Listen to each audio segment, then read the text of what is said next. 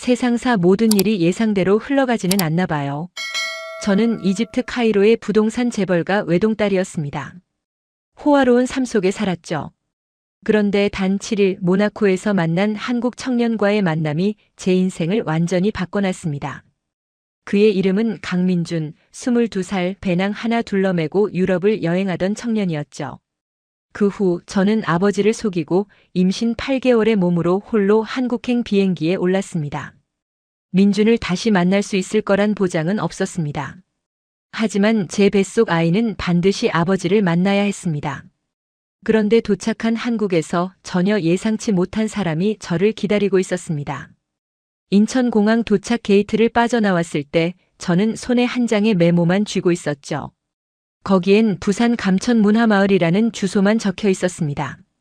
화려한 아바야 대신 헐렁한 코트를 입은 저는 그 순간 더 이상 이집트의 재벌 영예가 아니었습니다. 그저 사랑하는 사람을 찾아 낯선 땅에 온 한 여자일 뿐이었죠. 본 영상은 스토리를 재구성한 이야기입니다.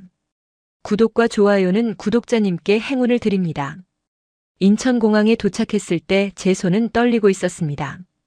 8개월 된 배를 안고 입국장을 빠져나오는데 다리에 힘이 없었어요. 주변 사람들이 저를 힐끗힐끗 쳐다봤습니다. 히잡을 쓴 임산부가 혼자 공항을 헤매고 있으니 이상해 보였겠죠. 저는 파티마 알사이드입니다. 이집트 카이로에서 태어났고 아버지는 중동 부동산계에서 손꼽히는 재벌이었죠. 22살까지 저는 부족한 게 없었습니다. 고급 승용차, 명품 의상, 런던에서의 유학 생활까지 모든 게 완벽했어요. 하지만 그게 다 무슨 소용이었을까요? 진짜 제 마음을 채운 건 한국 청년 강민준과 함께했던 단 3일이었습니다. 그 3일이 제 인생 전부를 바꿔놨죠. 택시를 타고 부산으로 향했습니다. 기사님이 한글로 물어보는데 알아듣지 못했어요. 저는 그저 메모지를 내밀었습니다. 기사님은 고개를 끄덕이며 차를 출발시켰죠. 창밖으로 펼쳐진 한국의 풍경이 낯설었습니다. 카이로의 황금빛 사막과는 너무 달랐어요. 높은 빌딩들이 스쳐 지나가고 바다가 보였죠. 뱃속에서 아이가 움직였습니다.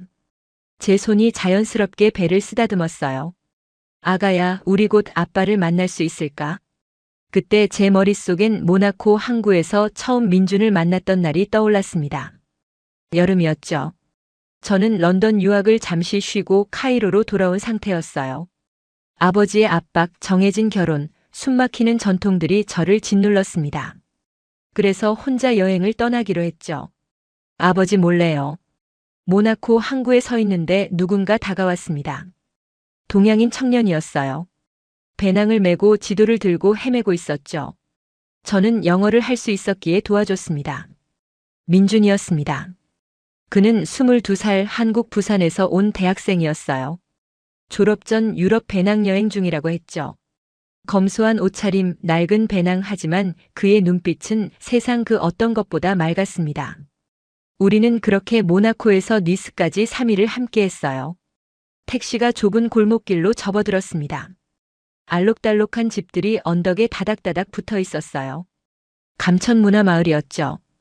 이제 곧 도착한다는 기사님의 말이 들렸습니다. 제 심장이 빠르게 뛰었어요. 하지만 막상 도착한 곳에서 민준은 없었습니다. 대신 작은 집 앞에 한 분이 서 계셨어요. 할머니였죠. 제 어린 시절은 화려했지만 답답했습니다. 이집트 카이로의 자말렉 지역 대저택에서 자랐어요. 아버지 하산 알사이드는 중동 최대 부동산 기업을 일군 사람이었죠. 어머니는 알렉산드리아 명문가 출신이었습니다. 저는 외동딸이었어요.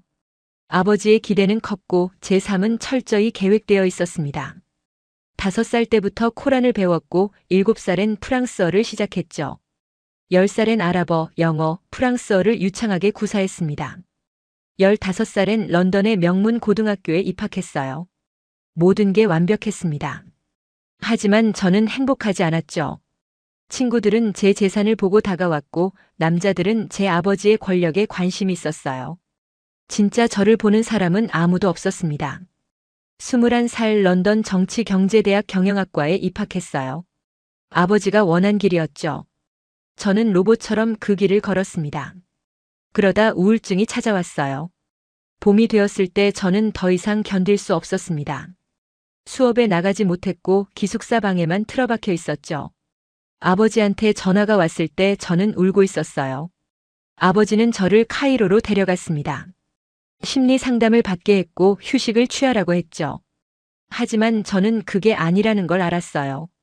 제게 필요한 건 자유였습니다. 그래서 여름 저는 아버지 몰래 집을 나왔어요. 신용카드 한 장과 여권만 챙겼죠. 목적지는 정하지 않았습니다. 그냥 떠나고 싶었어요. 모나코로 갔습니다. 항구에 서서 요트들을 보고 있는데 마음이 조금씩 풀렸어요. 그때 민준이 나타났죠. 그는 길을 잃었다며 영어로 말을 걸었습니다. 서툰 영어였지만 따뜻했어요. 저는 프랑스어로 길을 알려줬고 그는 고맙다며 웃었죠. 그 웃음이 제 마음을 움직였습니다. 우리는 그날 저녁을 함께 했어요. 작은 레스토랑이었지만 민주는 행복해 보였죠. 그는 한국 이야기를 들려줬습니다. 부산이라는 도시, 할머니와 단둘이 사는 집, 대학 등록금을 아르바이트로 모았다는 이야기까지요. 저는 처음으로 진짜 삶을 사는 사람을 만난 기분이었습니다. 그 후 우리는 3일을 함께 다녔어요. 모나코에서 니스까지 기차를 타고 이동했죠. 민주는 배낭 하나로 세상을 여행하는 청년이었고 저는 그런 그가 부러웠습니다. 마지막 밤 니스 해변에서 우리는 사랑을 나눴어요. 그리고 다음 날 아침 민주는 떠났습니다. 한국으로 돌아가야 한다며 헤어졌죠. 헤어지기 전 그는 제게 메모 한 장을 줬어요. 거기엔 한국 주소가 적혀 있었습니다. 꼭 연락해. 나 졸업하고 취직하면 다시 만나자. 저는 고개를 끄덕였습니다. 하지만 그때는 몰랐죠. 그게 마지막이 될 줄은요. 모나코 항구의 그날을 잊을 수 없습니다. 여름 어느 날이었어요. 저는 혼자 요트들을 바라보고 있었죠. 파란 하늘, 따뜻한 바람, 하지만 제 마음은 공허했습니다. 그때 누군가 다가왔어요. 실례합니다. 혹시 영어 할 수 있나요? 동양인 청년이었습니다. 배낭을 메고 땀을 뻘뻘 흘리고 있었죠. 손에 든 지도는 구겨져 있었고 표정은 난감해 보였어요. 저는 영어로 대답했습니다. 무엇을 도와드릴까요? 청년은 안도의 한숨을 쉬었어요. 숙소를 찾는데 길을 잃었다고 했죠. 주소를 보여줬는데 구시가지 쪽이었습니다. 저는 프랑스어로 길을 설명해 줬어요. 하지만 청년은 이해하지 못했죠. 그래서 저는 일어났습니다. 제가 안내해 드릴게요. 청년은 놀란 표정을 지었어요. 괜찮냐고 물었죠. 저는 고개를 끄덕였습니다. 어차피 할 일도 없었으니까요. 우리는 함께 걸었어요. 좁은 골목길을 지나 구시가지로 향했죠. 청년은 자신을 소개했습니다. 저는 강민준이라고 합니다. 한국에서 왔어요. 민준이었습니다. 22살 대학생, 졸업 전 유럽 배낭여행 중이라고 했죠. 저도 소개했어요. 파티마예요. 이집트에 살아요. 민주는 눈을 크게 떴습니다. 이집트요? 와, 피라미드 나라 아닌가요? 저는 웃었어요. 오랜만에 나온 웃음이었죠. 숙소에 도착했을 때 민주는 고맙다며 인사했습니다. 그런데 저는 발걸음이 떨어지지 않았어요. 혼자 돌아가기 싫었죠. 민준이 물었습니다. 혹시 저녁 같이 드실래요? 제가 살게요. 저는 놀랐어요. 배낭여행자가 저녁을 산다니 부담스럽지 않냐고 물었죠. 민주는 웃으며 대답했습니다. 도와주신 분한테 감사 표현하는 건 당연하잖아요. 우리는 작은 레스토랑에 갔어요. 민주는 메뉴판을 보며 고민했죠. 가격을 따지는 모습이 보였습니다. 저는 말했어요. 제가 살게요. 여기는 제가 더 잘 아니까요. 민주는 손사래를 쳤습니다. 아니에요. 제가 사겠다고 했는데요. 결국 민준이 계산했어요. 저는 그의 고집에 웃음이 났죠. 식사를 하며 우리는 이야기를 나눴습니다. 민주는 한국 부산에서 왔다고 했어요. 할머니와 단둘이 산다고 했죠. 부모님은 일찍 돌아가셨다고 했습니다. 대학 등록금은 아르바이트로 벌었고 이번 여행 경비도 몇 년 동안 모은 돈이라고 했어요. 졸업 전 꼭 유럽을 보고 싶었다고 했죠. 저는 그의 이야기에 감동했습니다. 제가 살아온 세계와는 너무 달랐어요. 민준이 물었습니다. 파티마 씨는 뭐 하는 분이에요? 저는 잠시 망설였어요. 그리고 거짓말을 했죠. 저는 그냥 여행 중이에요. 대학 휴학하고요. 민주는 고개를 끄덕였습니다. 저도요. 비슷하네요. 그날 저녁 우리는 해변을 산책했어요. 민주는 한국 이야기를 많이 들려줬죠. 할머니가 해주시는 된장찌개, 부산 해운대, 떡볶이 이야기까지요. 저는 처음으로 편안함을 느꼈습니다. 민준 앞에서는 재벌딸도 명문가의 후계자도 아니었어요. 그냥 파티마였죠. 다음 날 민준이 물었습니다. 혹시 같이 여행할래요? 저 혼자 다니니까 심심하거든요. 저는 고민하지 않았어요. 네, 좋아요. 그렇게 우리의 3일이 시작됐습니다. 니스에서 민준과 헤어진 후 저는 카이로로 돌아왔습니다. 여름이 끝날 무렵이었어요. 아버지는 화가 나 있었죠. 며칠 동안 연락도 없이 어디 갔냐며 소리를 질렀습니다. 저는 그냥 여행 다녀왔다고 둘러댔어요. 아버지는 더 이상 묻지 않았죠. 대신 저를 감시하기 시작했습니다. 하지만 저는 민준 생각뿐이었어요. 그가 준 메모지를 매일 꺼내봤습니다. 한국 주소와 이메일이 적혀 있었죠. 저는 몇 번이나 연락하려고 했어요. 하지만 용기가 나지 않았습니다. 그는 지금쯤 한국에 돌아갔을 거예요. 저 같은 재벌 딸과의 3일이 그에게 무슨 의미였을까요? 그냥 여행 중의 추억일 뿐이었을지도 몰랐죠. 한 달 후 이상한 증상이 나타났습니다. 아침마다 구토가 났어요. 속이 메스꺼웠고 음식 냄새만 맡아도 토했죠. 처음엔 스트레스라고 생각했습니다. 하지만 생리가 오지 않았어요. 가을 초 저는 병원에 갔습니다. 혼자 조용히 갔죠. 의사 선생님이 검사 결과를 보며 말했어요. 축하드립니다. 임신 7주입니다. 저는 귀를 의심했습니다. 뭐라고요? 의사 선생님은 다시 한번 말했죠. 임신하셨어요. 머릿속이 하얘졌습니다. 민준의 아이였어요. 3일 함께한 그 청년의 아이가 제 뱃속에 있었죠. 병원을 나와 차에 앉았습니다. 손이 떨렸어요. 어떻게 해야 할지 몰랐죠. 아버지한테 말하면 난리가 날 게 뻔했습니다. 이집트 재벌가의 무슬림 외동딸이 한국 대학생과의 사이에서 아이를 가졌다니요. 상상도 할 수 없는 일이었어요. 저는 민준한테 이메일을 보내기로 했습니다. 하지만 답장은 오지 않았어요. 한참을 기다렸지만 아무 소식이 없었죠. 며칠이 지나고 몇 주가 지났습니다. 여전히 아무 소식이 없었어요. 저는 인터넷으로 한국을 검색했습니다. 국제 전화도 걸어봤지만 연결되지 않았죠. 가을이 깊어졌습니다. 배가 조금씩 나오기 시작했어요. 저는 헐렁한 아바야로 배를 가렸습니다. 아버지 눈에 띄지 않게 조심했죠. 그리고 겨울이 왔습니다. 저는 더 이상 기다릴 수 없었어요. 민준을 직접 찾아가야 했습니다. 아버지한테 거짓말을 했습니다. 런던에 있는 친구 결혼식에 참석해야 한다고 했어요. 아버지는 허락했습니다. 하지만 경호원을 붙이려고 했죠. 저는 거절했어요. 친구들끼리만 가고 싶다고 여자들만 모인다고 했습니다. 아버지는 마지못해 허락했어요. 무슬림 여성끼리의 모임이라고 하니 안심한 것 같았죠. 겨울이 되어 저는 한국행 비행기에 올랐습니다. 임신 8개월의 몸으로요. 손에 쥔 건 민준이 준 메모 한 장뿐이었습니다. 부산 감천 문화마을에 도착한 건 겨울이었습니다. 택시에서 내렸을 때 저는 숨이 막혔어요. 알록달록한 집들이 언덕에 다닥다닥 붙어 있었죠. 좁은 골목길, 계단, 작은 카페들이 보였습니다. 택시 기사님이 떠났고 저는 혼자 남았어요. 메모지에 적힌 주소를 다시 확인했습니다. 여기가 맞았죠. 앞에 있는 작은 집 대문을 바라봤어요. 파란색으로 칠해진 작은 집이었지만 깨끗했습니다. 저는 용기를 내어 문을 두드렸죠. 한참을 기다렸습니다. 발소리가 들렸어요. 문이 열렸습니다. 할머니 한 분이 서 계셨어요. 머리는 하얗고 주름진 얼굴이었지만 눈빛은 따뜻했습니다. 할머니는 저를 보고 놀란 표정을 지었죠. 누구신교? 한국어였습니다. 저는 알아듣지 못했어요. 저는 영어로 말했습니다. 강민준을 찾아왔어요. 민준 어디 있나요? 할머니는 제 배를 보셨어요. 그리고 눈이 커졌습니다. 아이고 저런.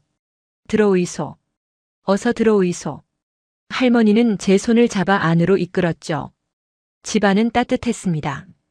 전기 난방이 켜져 있었고 방바닥이 따뜻했어요. 할머니는 저를 방에 앉히고 물을 가져왔습니다. 그리고 계속 한국어로 뭐라고 말했죠. 저는 이해하지 못했어요. 하지만 할머니의 표정에서 걱정이 보였습니다. 저는 다시 물었어요. 민준 어디 있어요?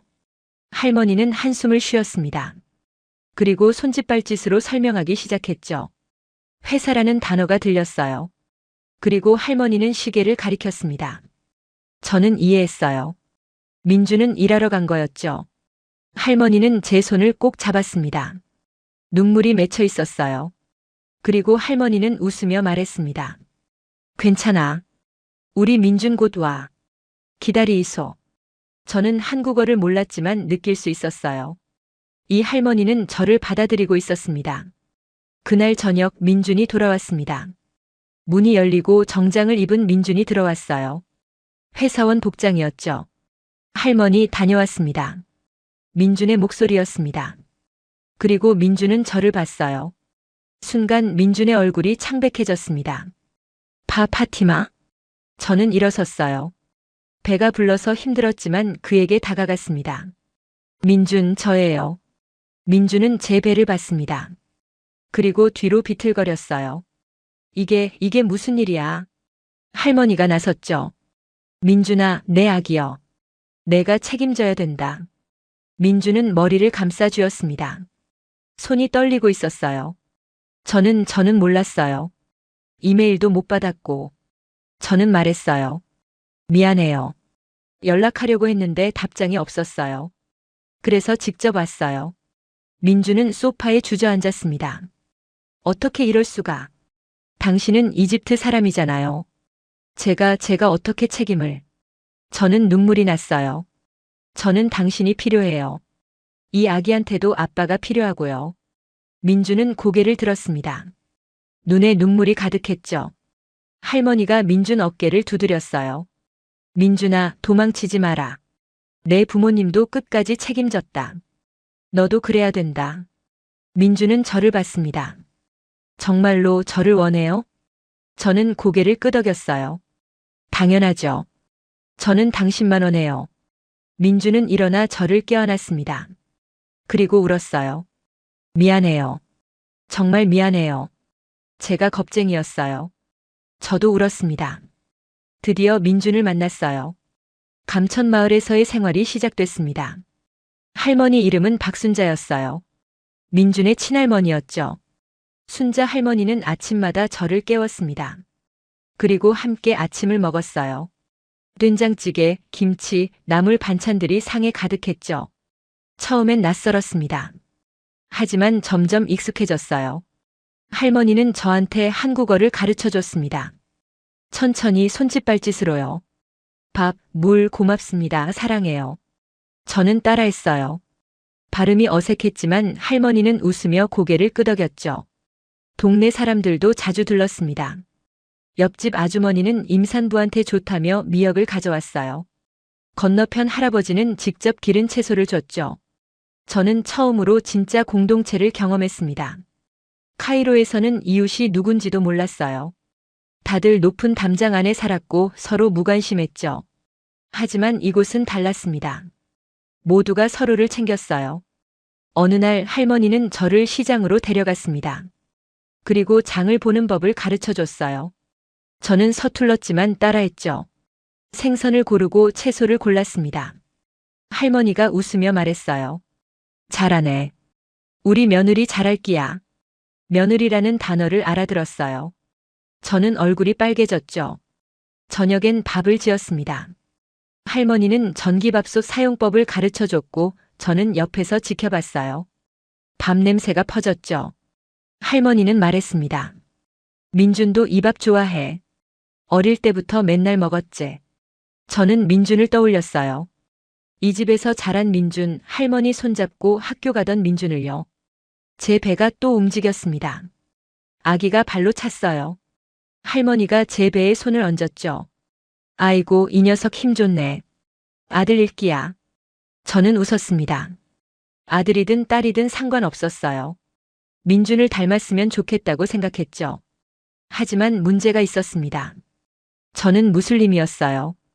돼지고기를 먹을 수 없었고 하루 5번 기도를 해야 했죠. 할머니는 처음엔 당황했습니다. 하지만 곧 이해했어요. 그래, 종교는 중요한 거지. 내 방식대로 해라. 할머니는 제게 작은 방을 내줬습니다. 거기서 기도할 수 있게요. 민준도 도와줬어요. 할랄 식품 파는 곳을 찾아줬고 메카 방향을 알려줬죠. 저는 감동했습니다. 이 사람들은 제 문화를 존중해주고 있었어요. 순자 할머니는 저한테 민준의 어린 시절을 들려줬습니다. 거실에 앉아 따뜻한 차를 마시며 할머니는 말했어요. 민준 아버지 강동욱은 선원이었지. 성실한 사람이었어. 할머니 눈에 그리움이 서렸습니다. 하지만 태풍 때 배 사고로 세상 떠났어. 민준이가 겨우 6살 때였지. 저는 가슴이 아팠어요. 민준 엄마 김미선은 혼자 민준 키우느라 고생했어. 식당에서 일하고 청소도 하고 밤늦게까지 일했지. 할머니 목소리가 떨렸죠. 그러다 몸이 망가졌어. 과로로 쓰러지고 병원 갔더니 암이었어. 저는 숨을 참았습니다. 민준이가 11살 때 엄마가 돌아가셨어. 그 후로 민준이랑 나랑 단둘이 살았지. 할머니는 눈물을 닦았어요. 민준이는 그때부터 의젓해졌어. 학교 끝나면 집안일 도와주고 공부도 열심히 했지. 저는 민준을 떠올렸습니다. 모나코에서 만났던 그 밝은 청년이요. 중학교 때부터 신문 배달했어. 새벽에 일어나서 동네 돌았지. 그렇게 모은 돈으로 학원도 다니고. 할머니가 자랑스럽게 말했죠. 고등학교 때는 전교 1등 했어. 장학금 받아서 대학 갔고 아르바이트로 등록금 벌었지. 저는 감동했어요. 민준이 얼마나 강한 사람인지 알았죠. 할머니는 민준의 방으로 저를 데려갔습니다. 책상 서랍을 열었어요. 거기엔 상장들이 가득했습니다. 모범상, 장학증서, 봉사상까지요.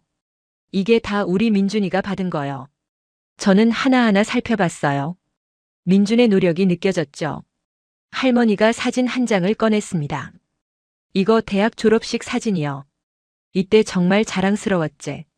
사진 속 민준은 학사모를 쓰고 환하게 웃고 있었어요. 졸업하고 바로 취직했어. 무역회사에 들어갔지. 월급 적지만 성실하게 일해. 저는 눈물이 났습니다. 민준이 얼마나 힘들게 살아왔는지 알았어요. 할머니가 제 손을 잡았죠. 파티마, 민준이는 착한 애요. 절대 널 모른 척할 애가 아니야. 저는 고개를 끄덕였어요. 할머니는 계속 말했습니다. 유럽 갔다 와서 계속 내 얘기했어. 좋은 사람 만났다고 잊을 수 없다고 했지. 제 심장이 뛰었습니다. 민준도 저를 기억하고 있었어요. 할머니가 웃었죠. 그 사람이 너였구나. 우리 민준이 눈 하나는 정확해. 저는 할머니를 꼭 안았습니다. 처음으로 진짜 가족을 만난 기분이었어요. 겨울이 깊어졌을 때 진통이 시작됐습니다. 새벽이었어요. 순자 할머니가 잠에서 깨어 저를 흔들었죠. 파티마, 괜찮아? 저는 배를 움켜쥐고 신음했습니다. 아팠어요. 할머니는 급히 민준을 깨웠습니다. 민준이 차를 몰고 우리는 병원으로 달렸죠. 병원에 도착했을 때 저는 땀을 흘리고 있었어요. 의사 선생님이 말했습니다. 곧 나올 거예요. 힘내세요. 할머니가 제 손을 잡아줬어요. 괜찮아, 괜찮아. 진통은 6시간 계속됐습니다. 저는 소리를 질렀고 울었고 할머니 손을 꽉 쥐었어요. 그리고 마침내 아기 울음소리가 들렸습니다. 의사 선생님이 웃으며 말했어요. 건강한 아들이에요. 저는 아기를 안았습니다. 작고 빨갛고 민준을 닮았어요. 눈물이 흘렀죠.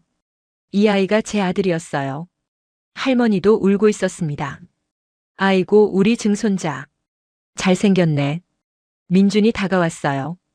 조심스럽게 아기를 안았죠. 아들이야. 우리 아들. 민준은 울었습니다. 저도 울었고 할머니도 울었어요. 병실에서 회복하는 동안 동네 사람들이 찾아왔습니다. 모두 선물을 가져왔어요. 아기 옷, 기저귀, 분유까지요. 한 할머니가 말했죠. 외국 며느리지만 우리 동네 사람이제. 잘 키워야 된다. 저는 감동했어요. 이 사람들이 진짜 가족 같았죠. 일주일 후 퇴원했습니다. 집에 돌아왔을 때 할머니는 미역국을 끓여놨어요. 산모는 이거 먹어야 돼. 몸 회복된다 카더라. 저는 미역국을 먹으며 울었습니다. 할머니의 정성이 느껴졌어요. 아기는 하루하루 자랐습니다. 민준을 정말 많이 닮았죠. 저는 매일 아기를 보며 행복했어요. 민준이 물었습니다. 이름은 뭘로 지을까? 저는 생각했어요. 우리 문화를 합쳐서 짓고 싶어요. 한국 이름과 아랍 이름 둘 다요. 민준이 고개를 끄덕였죠. 한국 이름은 강지훈으로 하자. 지혜롭고 훈훈한 아이로 자라라는 뜻이야.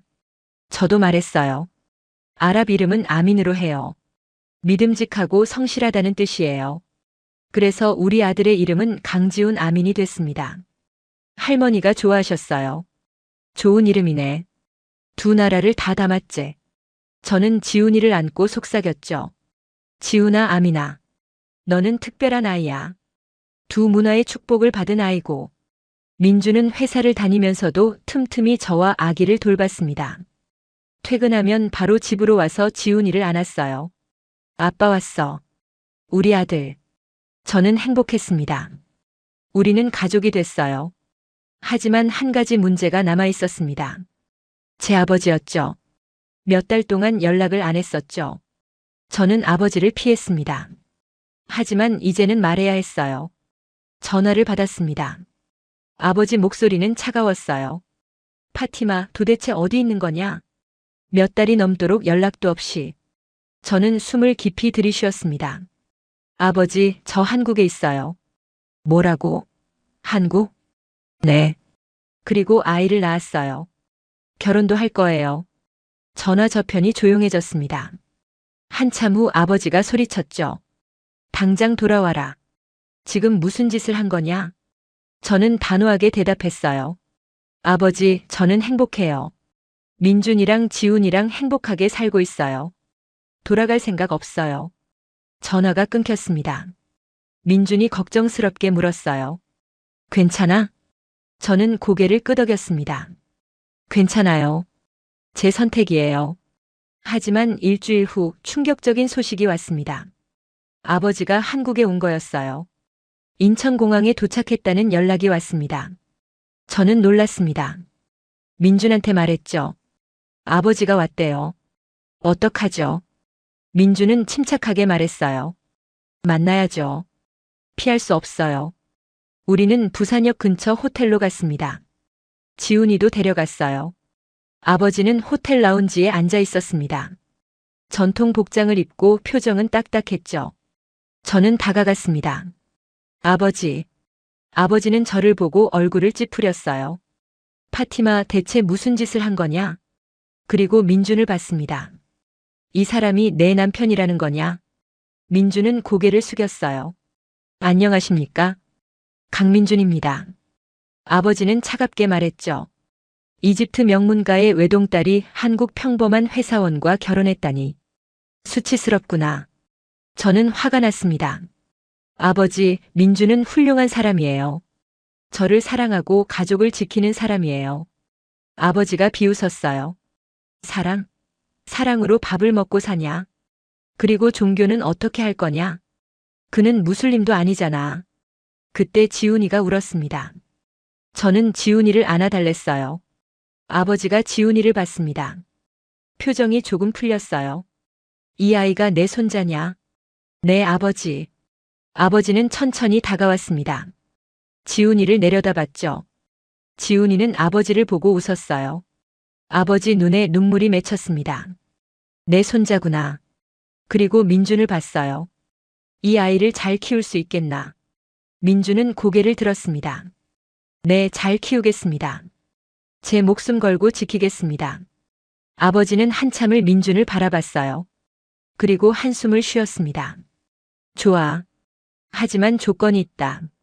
파티마는 무슬림이다. 그 신앙을 존중해줘야 한다. 민주는 고개를 숙였어요. 당연합니다. 파티마의 문화와 종교를 존중하겠습니다. 아버지는 저를 봤습니다. 파티마, 내가 행복하다면 내가 뭐라 하겠니? 하지만 가끔은 집에 연락해라. 어머니가 걱정하신다. 저는 아버지를 안았어요. 고마워요, 아버지. 아버지도 저를 안아줬습니다. 그 후 아버지는 감천마을에 갔습니다. 순자 할머니를 만났어요. 할머니는 아버지를 따뜻하게 맞이했죠. 어서 오이소. 사돈 어른. 아버지는 어색해했습니다. 하지만 할머니의 된장찌개를 먹고 김치를 먹으며 마음을 열었어요. 동네 사람들도 아버지를 환대했습니다. 아버지는 처음으로 진짜 공동체를 경험했죠. 떠나기 전 아버지가 민준한테 말했습니다. 강민준, 내 딸을 부탁한다. 그대만이 내 딸을 행복하게 만들 수 있는 사람인 것 같다. 민준은 고개를 숙였어요. 감사합니다. 평생 잘 모시겠습니다.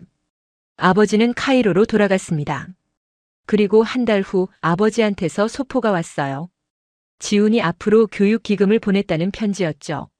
저는 울었습니다. 아버지가 우리를 인정한 거였어요.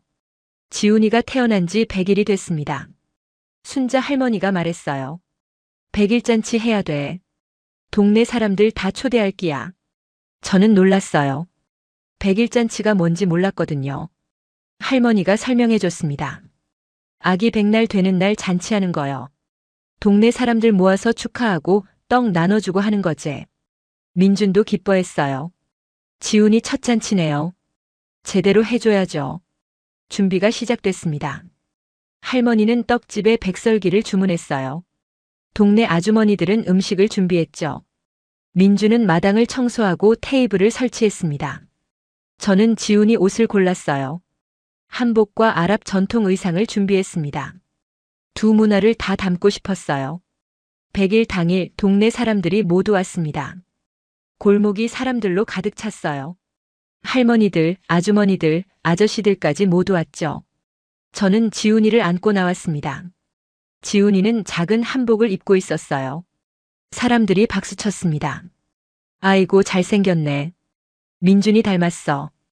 외국 엄마인데 애기 잘 키웠네. 칭찬이 쏟아졌습니다. 저는 얼굴이 빨개졌어요. 할머니가 떡을 돌렸습니다. 백설기, 수수팥떡, 인절미까지 다양했죠. 동네 이장님이 축사를 했어요. 민준이는 우리 동네 자랑이요.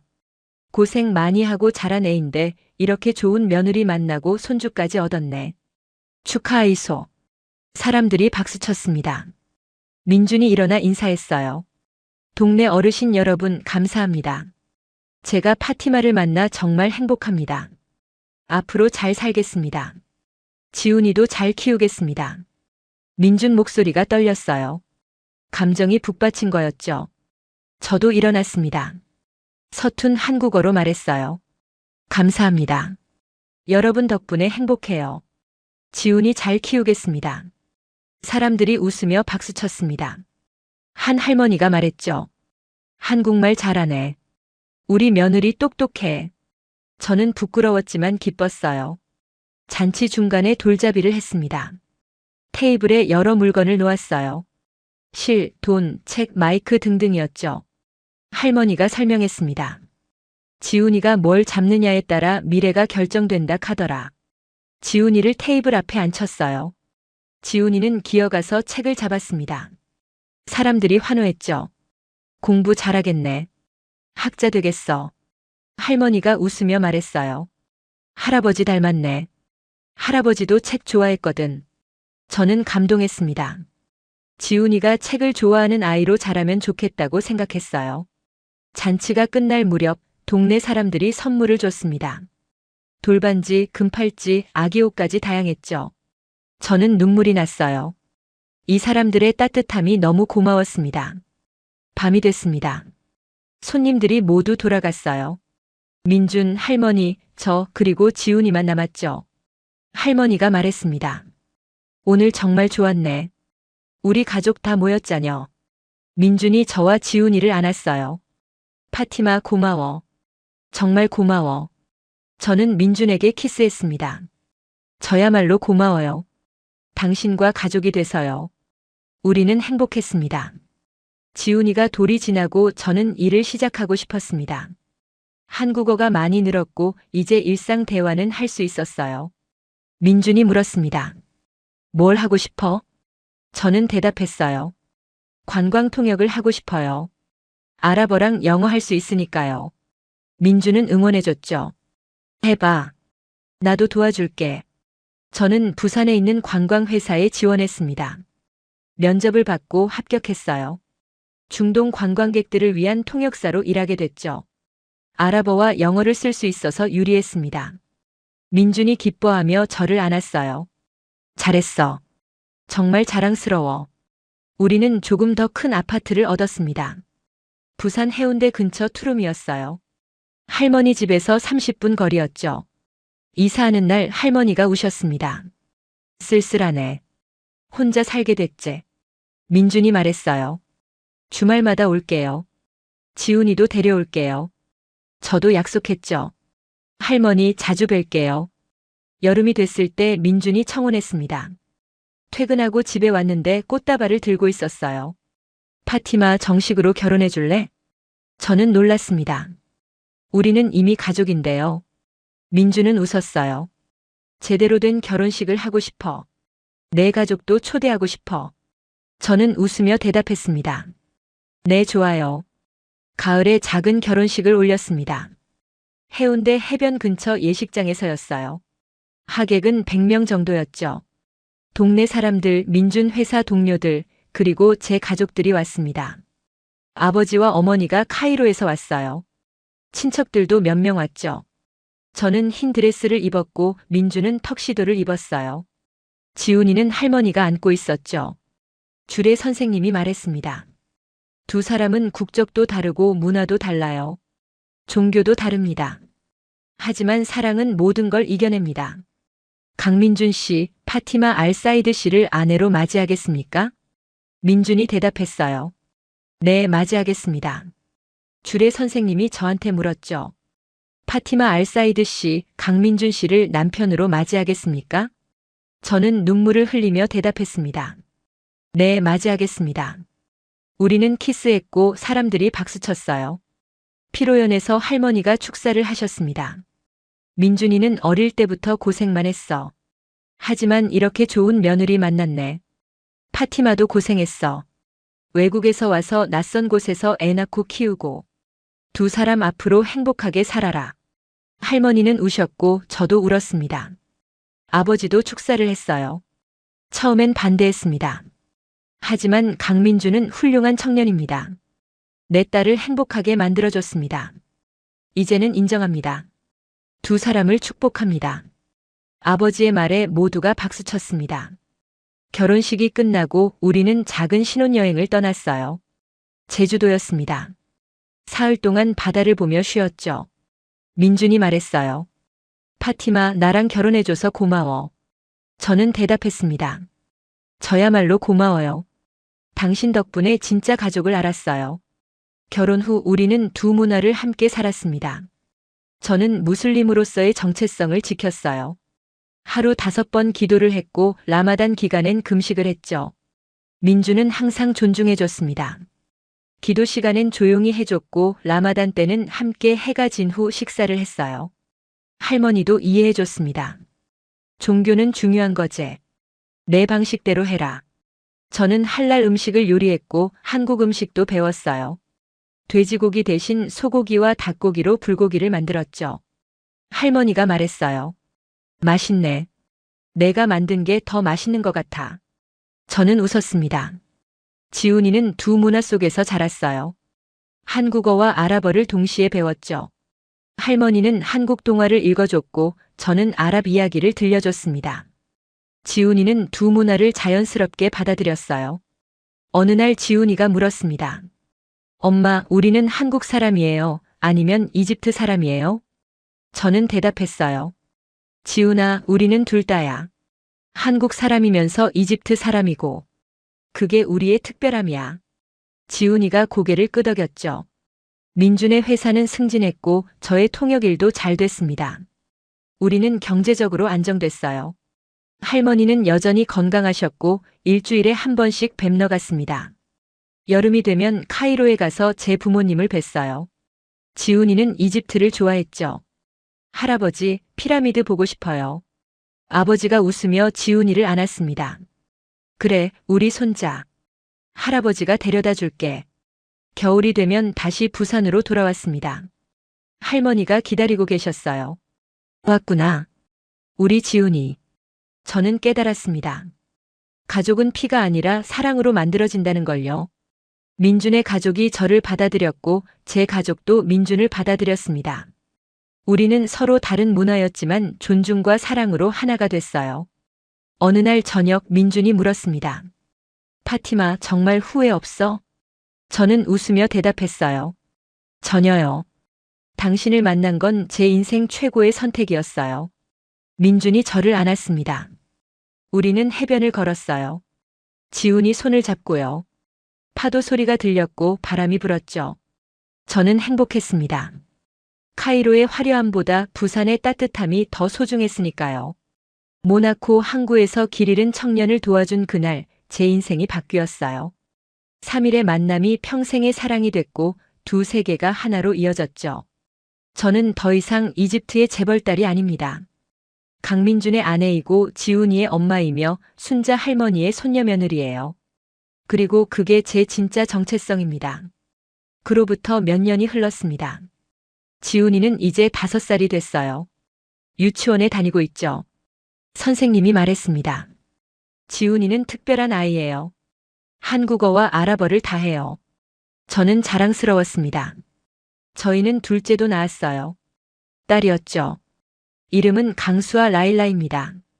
한국 이름은 수아, 아랍 이름은 라일라예요. 수아는 저를 많이 닮았습니다. 파란 눈을 가지고 태어났죠. 할머니가 수아를 보며 말했어요. 예쁘네. 엄마 닮았어. 민주는 여전히 회사를 다니고 있습니다. 이제 과장이 됐어요. 저도 통역 일을 계속하고 있죠. 중동 관광객들이 많이 찾습니다. 어느 날 한 사우디아라비아 관광객이 물었어요. 한국에서 사는 게 어때요? 저는 웃으며 대답했습니다. 정말 행복해요. 이곳이 제 진짜 집이에요. 관광객이 감동한 표정을 지었죠. 우리는 감천마을 근처에 작은 게스트하우스를 열었습니다. 할머니와 함께 운영하고 있어요. 중동 관광객들을 위한 한국 문화 체험 공간이었죠. 할랄 음식을 제공하고 기도실도 마련했습니다. 손님들이 정말 좋아했어요. 한 이집트 가족이 말했습니다. 여기는 무슬림도 편하게 있을 수 있네요. 정말 감사해요. 저는 뿌듯했습니다. 제가 경험한 한국의 따뜻함을 다른 사람들도 느끼고 있었으니까요. 지훈이는 두 문화를 자랑스러워했습니다. 유치원 친구들한테 말했어요. 우리 엄마는 이집트에서 왔어요. 피라미드 나라예요. 친구들이 신기해했죠. 와, 진짜? 피라미드 봤어? 지훈이가 자랑스럽게 대답했습니다. 네, 봤어요. 할아버지가 데려다 줬어요. 수아도 무럭무럭 자랐습니다. 돌이 되었을 때 또 100일잔치를 했어요. 이번에도 동네 사람들이 모두 왔고 카이로에서 부모님도 오셨습니다. 아버지는 수아를 무척 아꼈어요. 내 손녀 정말 예쁘구나. 어머니는 한복을 입은 수아를 보며 감탄했죠. 두 문화가 조화된 아름다움이야. 순자 할머니는 이제 80이 넘으셨지만 여전히 건강하셨어요. 매일 게스트하우스에 나와 손님들을 맞이하셨죠. 한 중동 관광객이 할머니한테 물었습니다. 할머니는 무슬림이 아닌데 어떻게 이렇게 잘 이해하세요? 할머니가 웃으며 대답했어요. 우리 며느리가 무슬림이제. 가족이니까 당연히 이해해야제. 관광객이 감동했습니다. 정말 훌륭하십니다. 저는 할머니를 꼭 안았어요. 할머니가 없었다면 저는 이렇게 행복하지 못했을 거예요. 민준도 변했습니다. 더 성숙해졌고 더 자신감 있어졌어요. 회사에서도 인정받아 부장으로 승진했죠. 저녁엔 집에 와서 아이들과 놀아줬습니다. 지훈이한테 책을 읽어주고 수아를 재웠어요. 제가 말했습니다. 당신 정말 멋진 아빠예요. 민준이 웃었어요. 너 덕분이야. 너를 만나지 못했다면 전 여전히 평범한 회사원이었을 거야. 저는 민준을 안았습니다. 우리 함께 성장한 거예요. 어느 여름 특별한 일이 있었습니다. 카이로에서 아버지가 큰 행사를 여셨어요. 회사 창립 기념 행사였죠. 아버지가 우리 가족을 초대했습니다.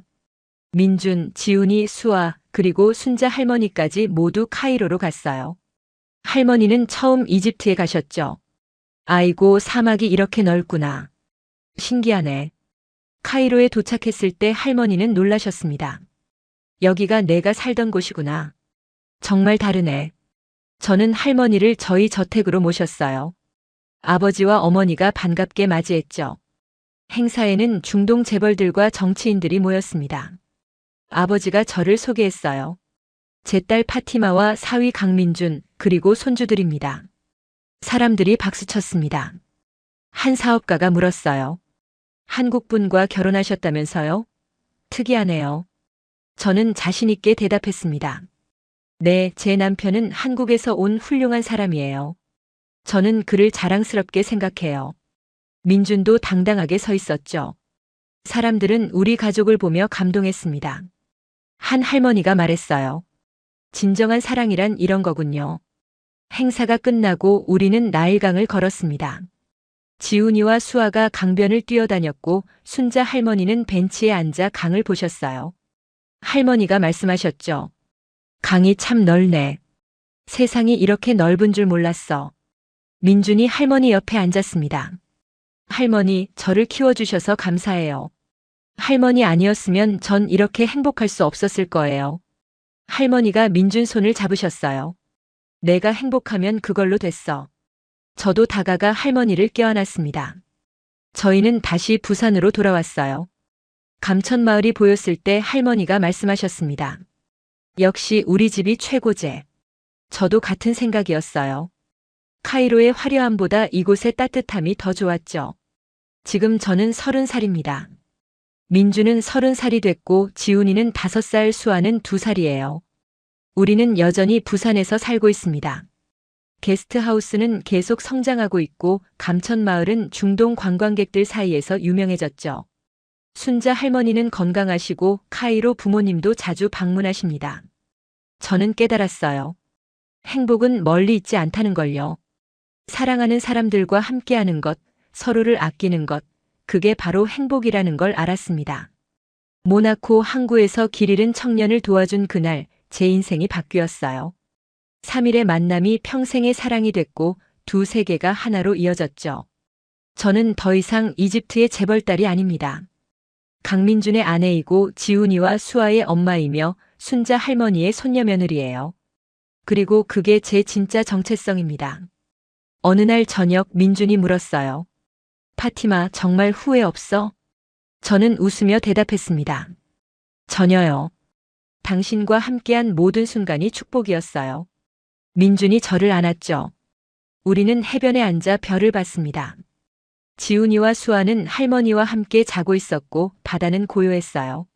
민준이 속삭였습니다. 평생 사랑할게. 저도 속삭였죠. 저도 평생 사랑할게요. 그렇게 우리의 이야기는 계속되고 있습니다. 이집트에서 시작해 한국으로 이어진 사랑, 두 문화가 만나 이룬 가족, 그리고 매일 느끼는 행복이요. 저는 오늘도 감사합니다. 민준을 만나게 해준 운명에게, 저를 받아준 한국에게, 그리고 사랑으로 가득한 이 삶에게요. 이것이 제 이야기입니다. 이집트 재벌딸 파티마가 한국 부산에서 찾은 진짜 행복, 그 이야기였습니다. 이야기였습니다. 이야기였습니다. 이야기였습니다.